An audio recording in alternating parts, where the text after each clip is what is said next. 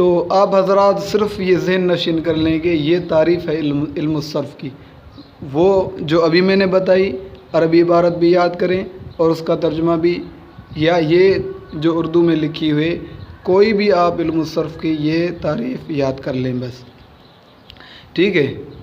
یہاں پر نیچے ایک فائدہ لکھا ہوا ہے، وہ بھی ملاحظہ کریں۔ فائدہ، اس علم کا فائدہ یہ ہے کہ الفاظ کو صحیح طور پر پڑھنا آ جاتا ہے، الفاظ کو صحیح طریقے سے پڑھنا آ جاتا ہے، ٹھیک ہے صحیح۔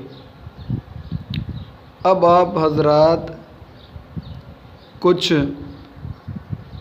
اصطلاحات جو ہمیں ضرور بضرور پڑھنی ہوگی، اور یہ ہمیں پورے کے پورے اس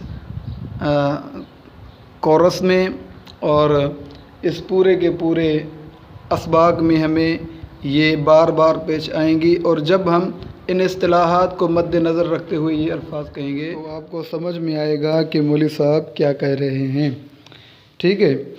تو اصطلاحات کی شروعات کرنے سے پہلے میں آپ کو پھر سے گزارش کر رہا ہوں کہ غور سے سنیں اور یاد کرنے، یہ ساری اصطلاحات یاد کرنے کی ہیں، ذہن نشین کرنے کی ہیں، کیونکہ میں نے پہلے بھی عرض کیا کہ یہ اصطلاحات بار بار ذکر ہوتی رہیں گی، تب آپ کو پتہ ہونا چاہیے کہ یہ اصطلاحات جو ذکر کی جائیں گی کہ ان کی تعریف کیا ہے، یہ مولوی صاحب اور یہ استاد جی کیا فرما رہے ہیں، ٹھیک ہے۔ تو شروعات کرتے ہیں۔ ضمہ، ضمہ پیش کو کہتے ہیں، ٹھیک ہے، ضمہ پیش کو کہتے ہیں۔ جب بھی اسباق میں ضمے کا ذکر ہوگا تو اس سے مراد کیا ہوگی؟ پیش، ٹھیک۔ فتح زبر کو اور کسرہ زیر کو کہتے ہیں۔ جب اصطلاحات میں، جب اسباق میں فتح کا لفظ استعمال ہوگا تو اس سے مراد زبر ہوگی، ٹھیک ہے، اور جب کسرے کا ذکر ہوگا تو اس سے مراد کیا ہوگی؟ زیر ہوگی، ٹھیک ہے۔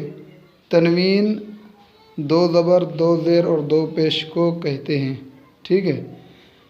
ضمہ پیش کو کہتے ہیں، فتح زبر کو کہتے ہیں اور کسرہ زیر کو کہتے ہیں۔ تنوین دو زبر ایک ساتھ، دو زیر ایک ساتھ اور دو پیش کو تنوین کہتے ہیں، ٹھیک ہے۔ حرکت زبر زیر اور پیش کا نام ہے، حرکت زبر زیر اور پیش کو کہتے ہیں، ٹھیک ہے۔ سکون اور جزم حرکت نہ ہونے کو کہتے ہیں، ٹھیک ہے، یہ سکون اور جزم حرکت نہ ہونے کو کہتے ہیں۔ حرکت پہلے پڑھی اوپر کہ حرکت کیسے کہتے ہیں؟ زیر زبر اور پیش کو۔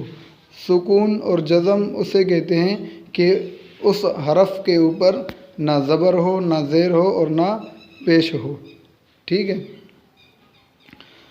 تشدید ایک حرف کو دو بار پڑھنا، پہلے کو سکون اور دوسرے کو حرکت کے ساتھ ادا کرنا، جیسے اوا، ٹھیک ہے۔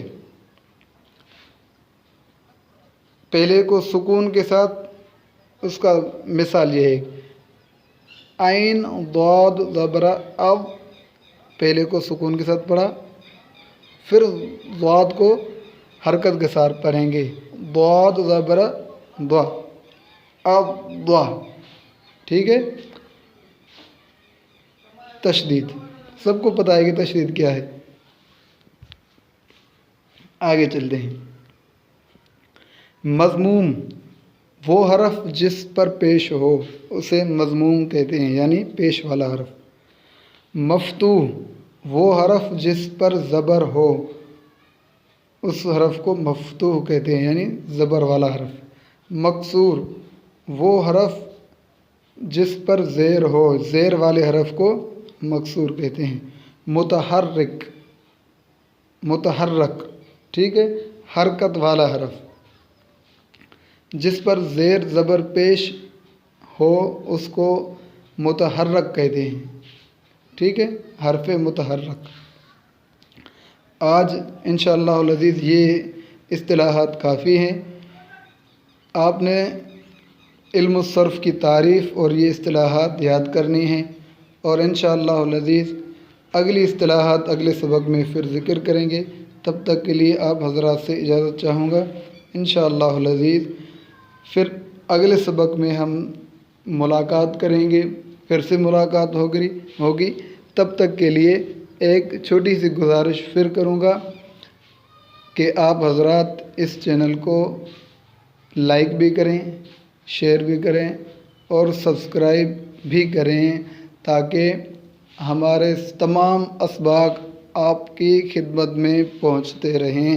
السلام علیکم ورحمۃ اللہ وبرکاتہ۔